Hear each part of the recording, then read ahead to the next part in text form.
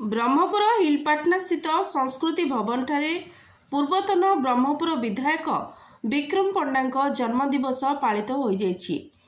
शुभ अवसर में विक्रम पंडा fan club तरफ विशाल रक्तदान शिविर कार्यक्रम आयोजन करा जायतिला। विक्रम भाई को भल पाउथुबा असंख्य शुभेच्छु मानकर शुभेच्छा और शुभकामना सह सेमाने रक्तदान करथिबा देखिबाकू मिलिथिला। वर्तमान समय देखा जाउथुबा रक्तर अभाव को पूरण करने पर ब्रह्मपुर पूर्वतन विधायक निज जन्म उत्सव को नियारा ढंग पालन करिसेंती। मान्यवर पूर्वतन मुख्यमंत्री श्रीजुक्त नवीन पट्टनायक निर्देश क्रमे सब समय लोकमानक निमंते लोकमानक पई कार्यरत रहिबा सहित जनसेवारे निजको नियोजित करबा पई एही वार्ता को पाथय करी श्रीजुक्त पंडा जन्मदिन कार्यक्रम को आयोजन करथिले।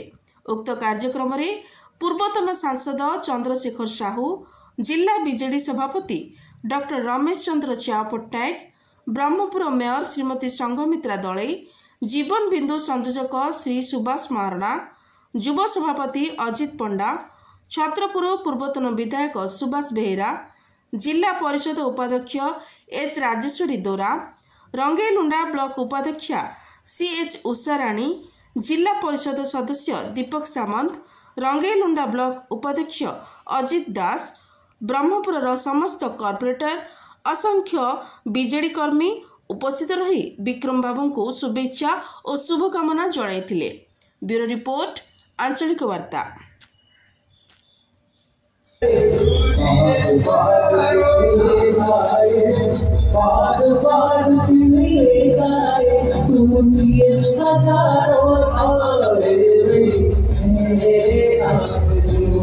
Happy birthday to you. Happy birthday. Happy birthday, Vikram sir. Happy birthday.